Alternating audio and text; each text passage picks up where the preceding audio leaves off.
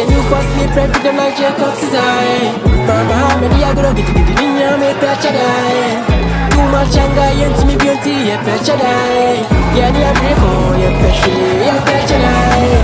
Come like the new first me pray for them like Jacob Cesare. Kwame Bediako get the ninya me pechada. Too much anger yent me beauty ye pechada. Yeah, ni abreko ye peche ye pechada. Taking out of vacation, yeah, for the race. I look, I wanna see no competition. No, but I want me Africa. Thank you very much.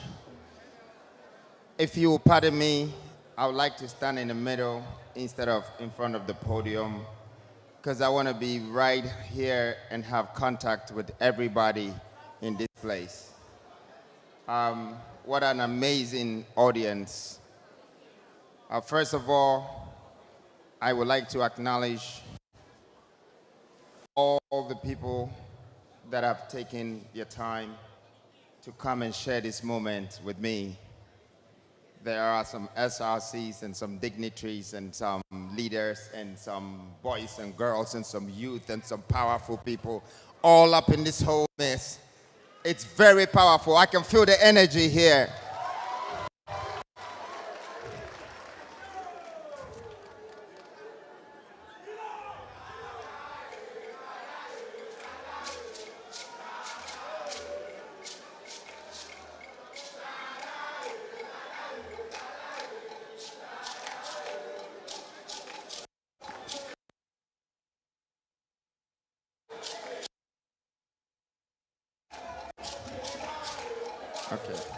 Okay.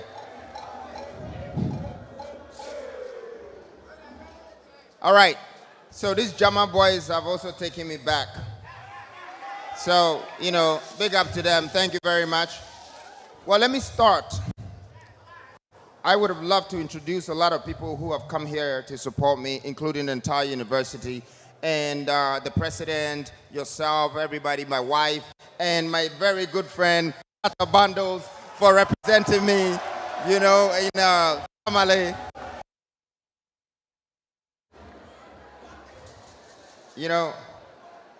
All my friends are very tall, but this is my very friend. He's very cute. He's petite and he's powerful. And that's what we should see amongst ourselves. There is no way we can measure human beings. We have to value human beings. I like to start my speech by 3 things that I respect so much in this world that has taken me this far. 1 is humanity. 2 is nature. And 3 is the world. When you respect these 3 things, you will find everything in it. You will find value in humanity. You will build wealth with humanity. And you will create products with nature. You will build your principles with nature. And the world, you can only add value to it. It keeps growing and it keeps becoming better and better and better and better. So I decided to make sure I'm one of the people that would go down in history with the legacy of adding value to humanity, value to nature, and value to this world. And that's the beginning of my story. That's where I began my journey from. I go by the name Nana Kwame Bediako, also known as Freedom Jacob Caesar. And tonight, I'm very happy to be in the midst of UDS. Guys, you don't understand. This vibe, Wizkid will bob to it. Davido will dance to it. Stonebwoy will perform to it. Shatter Bundles will move to it. Because this energy is powerful. And so I have embarked on a journey. And I'm not here to share a success story with you. I want to discuss with you, and I want to tell you how I got here. So tonight, this speech is going to be about one thing that you all might not take very serious. And that thing is time. So I want to start by sharing how I see time and what I am making out of time. This is how you're going to find out that your time is the most important thing in life. There is no such thing as life if you don't have time anymore. So your time is what you have to plan the most out of. I started by when I was just 8 years old. I wanted to do something for myself, for my mother, and for my brother. My mother was very poor. My brother was very bad. You know, these two things, if you have it in one house, you have to be very strong to grow, walking on the right path. I wanted to do something with my time, so I learned how to put my time together. By the time I was 11 years old, I was embarking on my first journey. Now, journey, why am I saying journey? Journey is something that I want everybody in this auditorium to take it serious. Because right now, you have on a journey. You are in the university, you're far away from your parents, you're far away from your homes.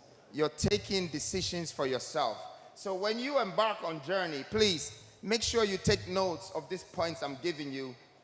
I might not be the smartest or the wisest person to educate you or to teach you how to become skillfully rich or successful, but I can share this knowledge with you because I believe the value of knowledge is for us to share it. So please take notes carefully. If you are embarking on a journey, you are going to get one benefit from that. It means you take decisions. Now, how many people are here that have thought of decisions being so powerful in their life? You see, there's one decision that you're going to take, and it's going to take you back 5 years. There's one decision that you're going to take, and it's going to move you 5 years ahead of your friends. So I want you to keep that.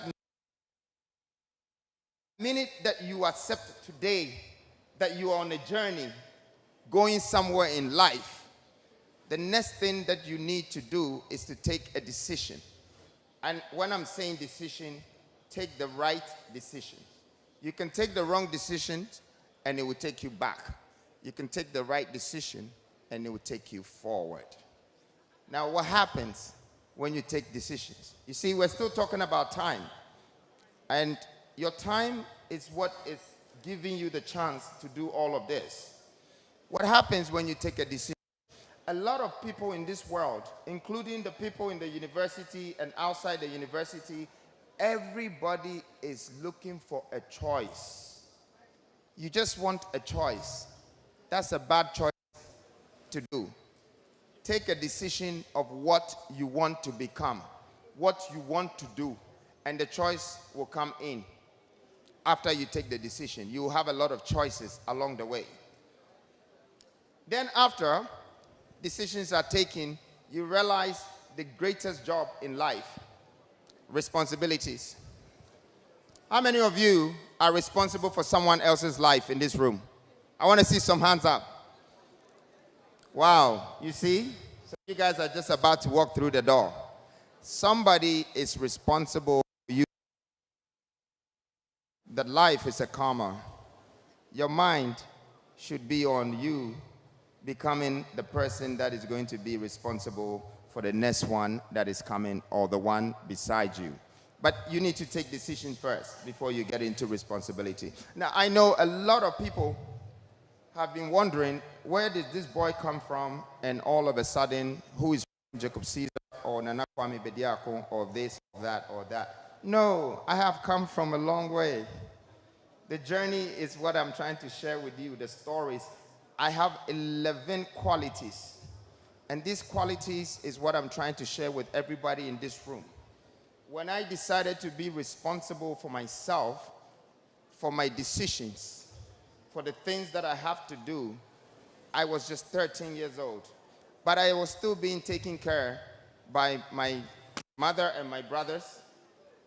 Now I am in Accra. And I have friends in secondary school, nice guys. They like all the good things, jama, alcohol, women, lifestyle. But you know what? I always remembered that I had a plan and I had taken a decision. So that kept me on a different path. And by the time I was 15, guaranteed that I was already a businessman inside. From the inside, and I was managing relationships because of responsibility. I was a man when I was already considered as a boy. Today, I want most of you to live here. Even though you look like a boy, you start to have this man instincts of responsibilities, of having a plan that will make you make the best use of your time. After some steps that I took in my life, after 15 years old, I was still in school, but going to college wasn't as being in secondary school. Going to college, I had to move to England, and I thought that it was going to be simple because it's Abuja, where every one of you probably want to go.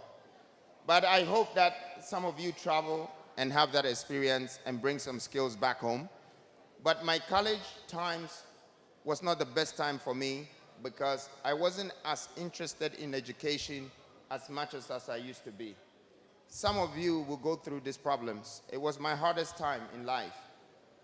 I needed to choose whether my life was going towards books or my life was going towards my vision. Now, I'm not saying that the books is not as good as the vision, but I'm saying that there comes a time you really need to choose what you want to do after you take a decision. So I was gearing towards more business. And business is to another, to another, to another, and then I started to change. I wanted other things, and I'm sure everybody in this room is looking after that. You know what? Everybody will be going out there at one point to chase this money. But before you go there to do that, I am sharing a story with you that money is not supposed to be chased because you're not going to get a lot of it when you chase it. Money is going to come to great thinkers. I was lucky to discover this at an early age. I had to commit to the money. I had to commit to it, but I remember that what do I live for? Time. So I realized that time was what was behind the story of me trying to make money. And guess what I did? I didn't want to value myself for an hour. The first job I got was in McDonald's. I didn't like it because I was already selling clothes at the back of a car boot and it was making me more money than the hour that they marked me in McDonald's. So I had to quit the job. But I said to myself, I'm worth hundreds of dollars in an hour. So what am I doing here? I am using time to call for my riches. I am using time to call for my value.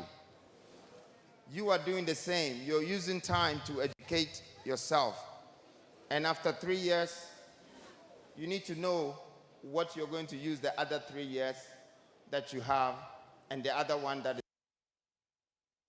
If you don't plan it well and you think you're going to chase money or riches, I'm sorry, you might end up being in someone else's shop or organization who will tell you what you're worth in an hour. I want all of you to be inspired at this very moment that you are priceless. The fact that you're growing and you're young, power, you have a long future ahead of you, that makes you priceless. Your value cannot be estimated. It's all up to you. If you take this decision that you are going to live your life by planning yourself. Then by the time I was 17, now I had become a very serious man, businessman. Some of you are in university today. Can I see some hands up? Is anybody into business here? Does anybody have their own business?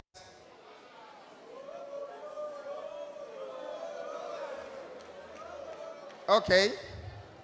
Okay.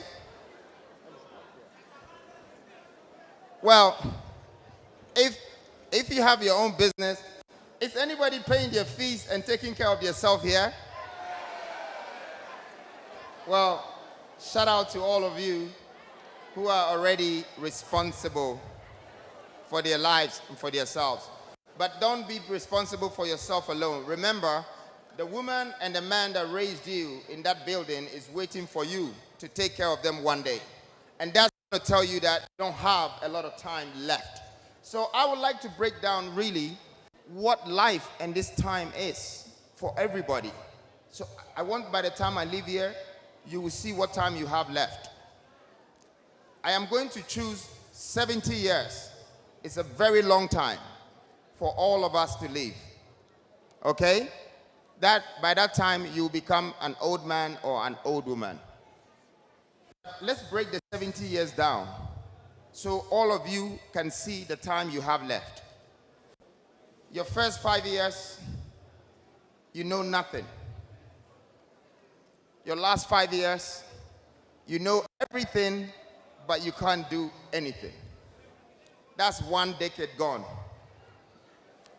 And every day you're going to sleep 6 hours, at least. So out of the 70 years that you've lost 1 decade, if you sleep 6 hours a day, that's 2/3. But let me be conservative and say, so now you only have 4 decades left. 40 years. That is if God will bless you to see 70 years old. Let's see what we can do with the 40 years. This is the only years you have in life. To spend 21 years of that time to educate yourself, to have a degree, to acquire a job, to become rich, successful, president, father, mother, have a grandchild, and build businesses and all of that. You have it in 4 decades. But out of the 4 decades, 20 years is going to go on education. So really, your greatest moment with time for you to plan is 20 years. Am I speaking to people here? I mean, you probably never broke it down properly. But this equation, there is no teacher. There is no lecturer. There is nobody that is going to teach you this on campus.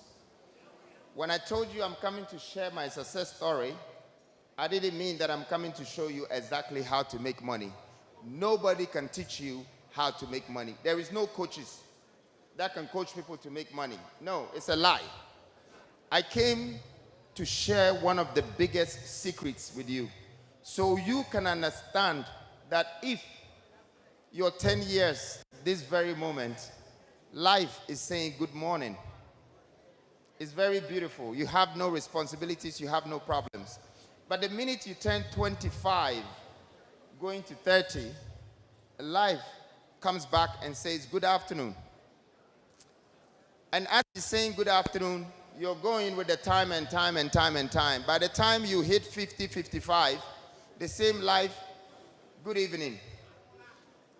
And in your 60s, heading to your 70s, life simply says good night. So if you didn't really do anything, please, don't blame anyone. Blame yourself. Because you didn't see the value of your time. Everyone in this space is supposed to understand that time is the most valuable aspect, the pinnacle of blessings, of riches, of wealth can only be accumulated with time. Now, this would probably let me voice out about the mask and the man behind the mask and the other man behind the mask. Other man and the other man. Because that man came with time. Now, you might say, what is he doing? He has a business. Why can't he concentrate on the business? He has money. Why can't he just spend his money and live life good? Why does he want to be in politics? No, I don't want to be in politics. I don't even understand politics. In fact, I don't even know how to become an assemblyman because I don't know anything about it. But one thing I know for sure is that the good God has governed me so well to become a leader. And here's the difference between a leader and a politician. A politician would always move with a program, but a leader would always come with a vision. And vision is very important because all the things I talked about, yes, you need vision to be able to activate it. A politician wants to be elected so he can become a president. A leader just wants to build a nation. And I really want to build a nation.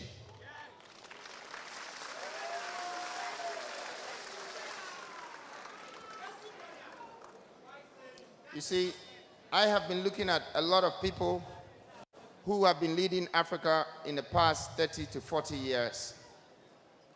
And one thing that they've been doing, that they've been practicing, which is common in every country, is promises.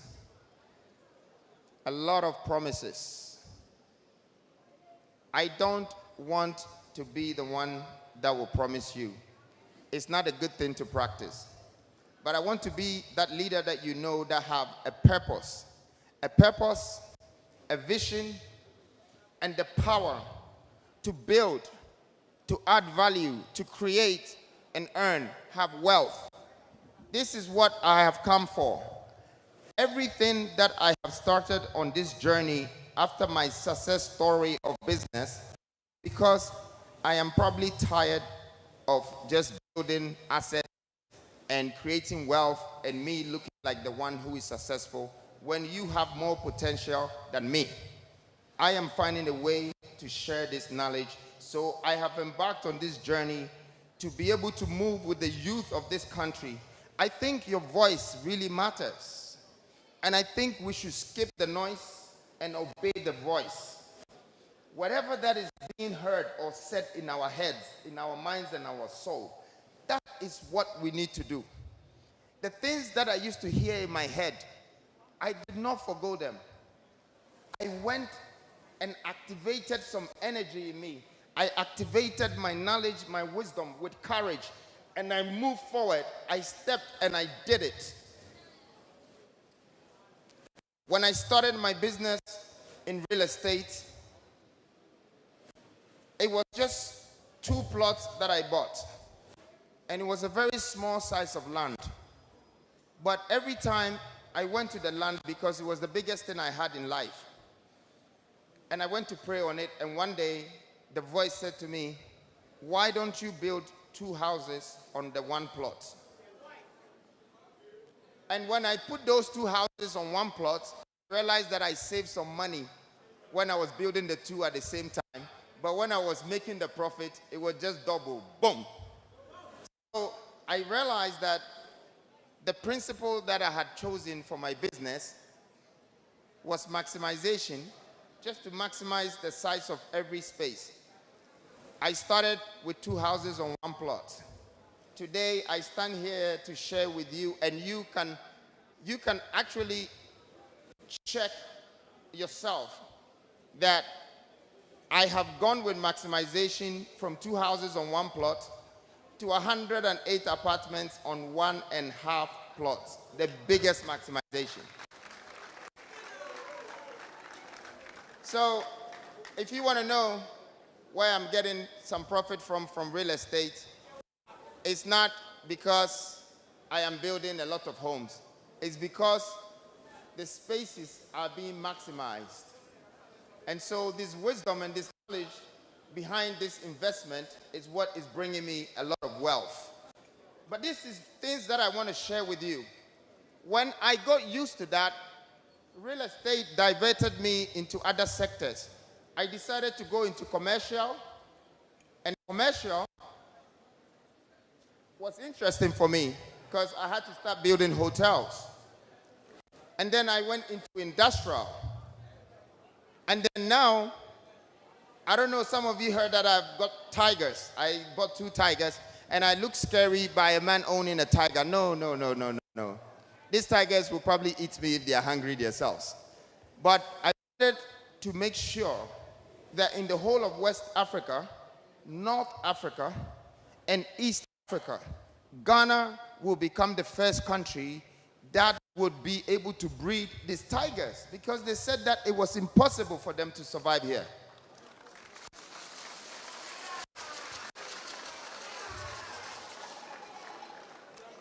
But when I was buying the tigers, they were babies. When I was buying them, what I had in my head at that time was that if I'm able to buy these tigers and bring them to Ghana, this is going to push me to build a zoo. So the zoo is a national development, the legacy. But you see, I didn't have money to build a zoo at the time when I was thinking that I would build a zoo. But when I bought the tigers, and I kept the zoo behind my house, which my wife here was very much worried, because the first time she met the tigers, they were jealous and they bit her a little. So she's been bitten by a tiger before, but she's still alive with us. And with time, after a year, I realized that I have built a zoo. Guys, I wish I had videos to show some of the things I do, but I hope my words is enough to explain these things to you. I built a zoo, finally. I built the commercial buildings, finally. I built the hotels, finally. Hey, how did I do this? I am moving with speed, with power, with knowledge, with wisdom and courage, and I'm creating wealth out of it. And I'm asking myself, how did I do this? Because time is not on my side, and time is pushing me to do things. I have to do it before I turn 40. I want to do this before I turn 40. I want to do that before I turn 40. And you know what? The universe became a force, and it's all happening. You would have thought that I have to stop. 2 tigers, industrial platform, 220 homes, a young man, okay, life is good now. God has blessed you. You're rich now. What's your problem? Find somewhere to sit, relax, and enjoy your money with your family. No, no, no, no, no, no, no. When God is blessing you, responsible for human beings, for humanity. That's what happens. Because I was receiving the blessings, I was taking the grace, I was building the wealth, and I was happy in the beginning, only to realize that I am going to become a slave to an empire that I've built. And I know you guys would not feel and understand what I'm saying right now, because you need to get there to understand it. You need to climb there, and when you get there, you will see how lonely it is and how you have to come back down to serve humanity. So after all of this, I asked myself a question. In 21 years, that is the same years that when we were calculating life. That is the only years that you have to do something great after education and your sleeping time. In 21 years, I created all of these things with a team. Of course, you can't do it on your own. You have to learn to invest in people. You have to learn to take risk and chances. Okay, there's no such thing as luck. Chances will come for the minds that are prepared. So you have to prepare your mind. I brought in the Italians, I brought in the Portuguese, I traveled to China, I used them, I created speed, I was moving very fast, and I was not looking behind. So after 21 years, my interest in maximizing the spaces that has created me wealth has finally changed. Now, I no more want to build 128 apartments on 1.5 plots. You know why? Because I can do it over and over and over and over and over again, and it's boring now, so I had to take a new decision. So I started to look at the country, and I realized that all of a sudden there were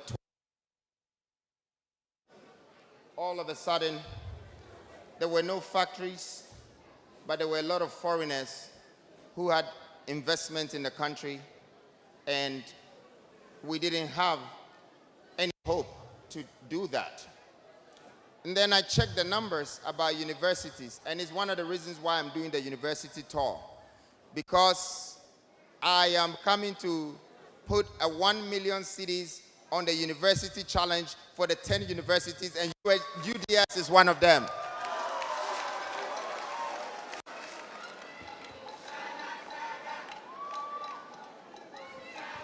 What's my time?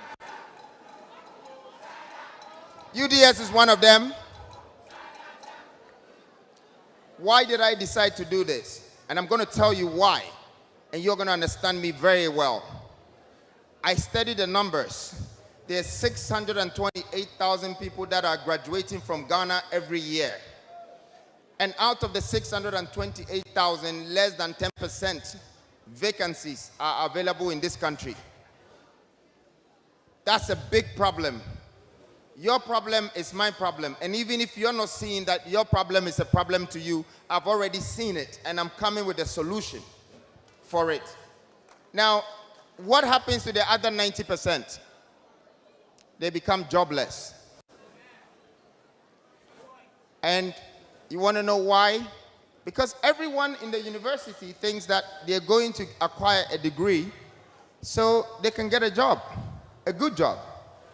Hey, what happened to another freedom? What happened to thousands of cheddar? Think business.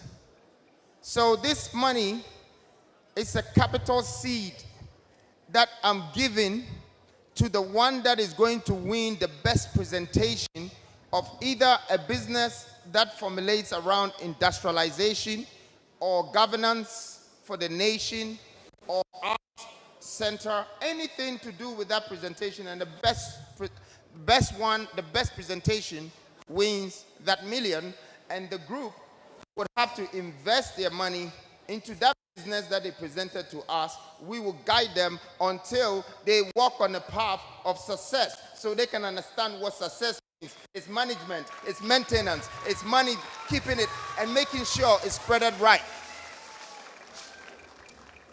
If I can have just 100 people in university next year and thinking like entrepreneurs who are empowered to build wealth, the economy will start changing. The life will start changing, because I don't want you to leave this university without you making use of your network in either Legon or Kumasi or Takrade, and then the people that you have become friends with and partners with, you go out there. So now we all don't have to wait. We would have probably created jobs for even people in the university before we graduate.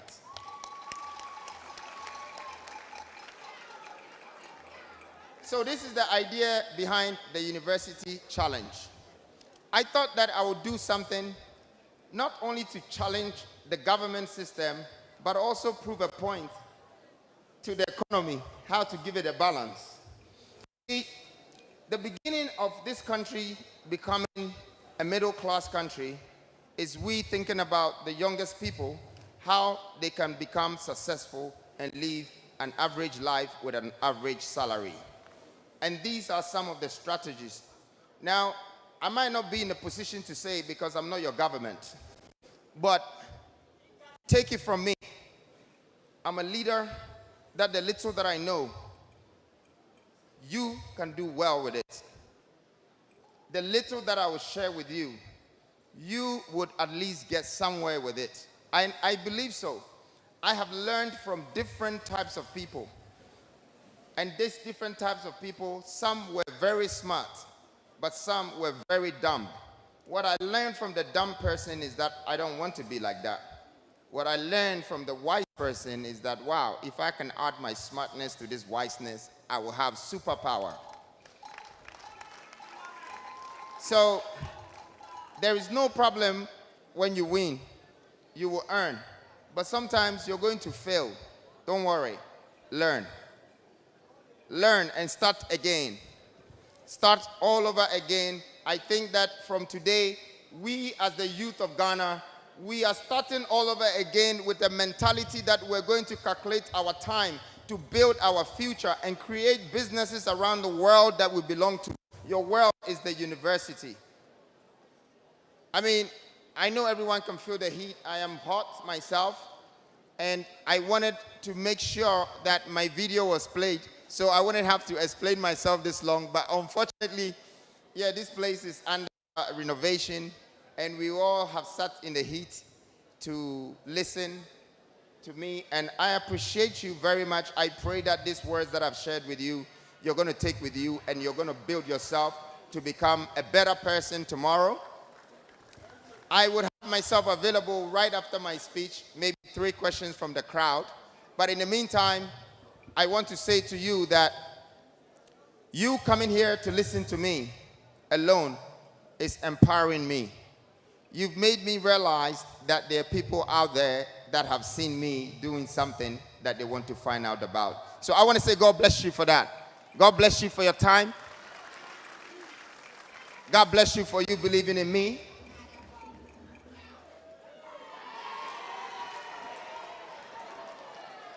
I have a thing for the youth, and I want to tell you guys today before I finish my speech how I ended up like this.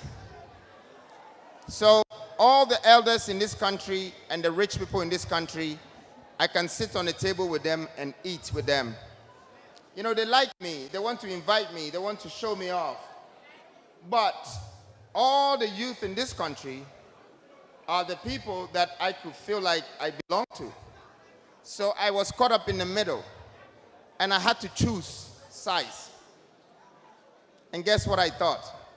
I said to myself, these youth, they have more time, and more time is more money.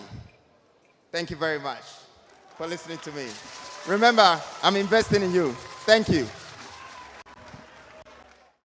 The effective management of time.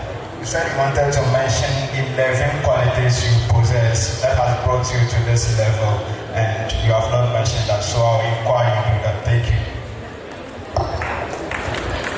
Thank you. This guy is very intelligent. You're still looking for the rest, or you're asking me to tell you the rest of the, after the 6? You want the rest? All right, let me just be very quick. Okay? You cannot just be rich by being smart, taking decisions, doing all of this. Please, you need God. You need God. You need belief. You need to be able to believe in something. And guess what? You need grace. You need wisdom. You need knowledge. And you need courage. You need all of these things. The 11 qualities. If you don't have them, the 12th one, it means you're a disciple. But once you have all the 11, you're good. Sometimes you might have 8. You can see that you're on your way there. Don't let anybody tell you that they can manage you or they can coach you to become rich. These are the 11 qualities. Please keep it with you. I just didn't want to go into too much into religion and other things, but it's good. He saved you guys. I had to add it. Thank you. Right.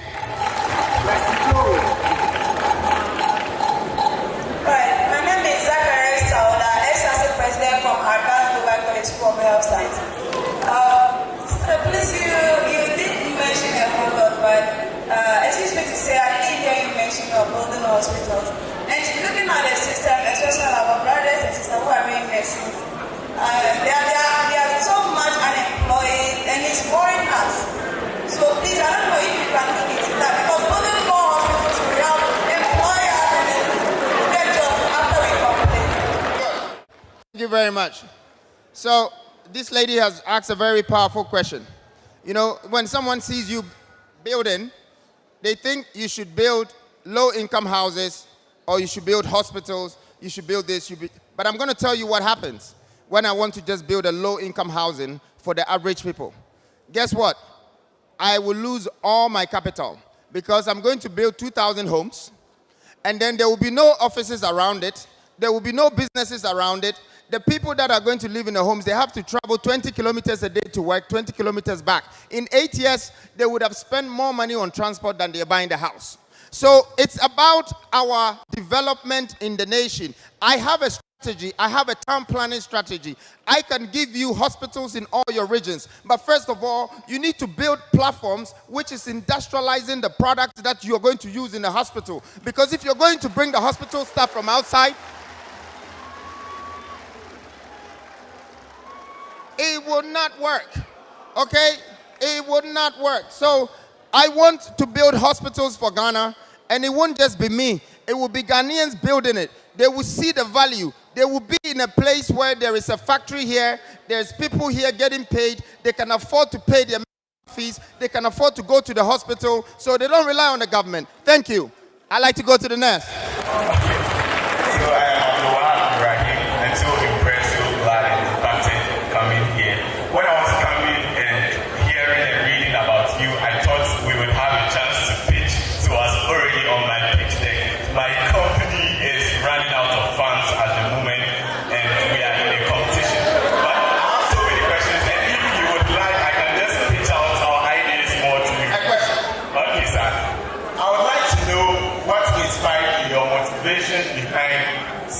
Certain moments in your decision-making process.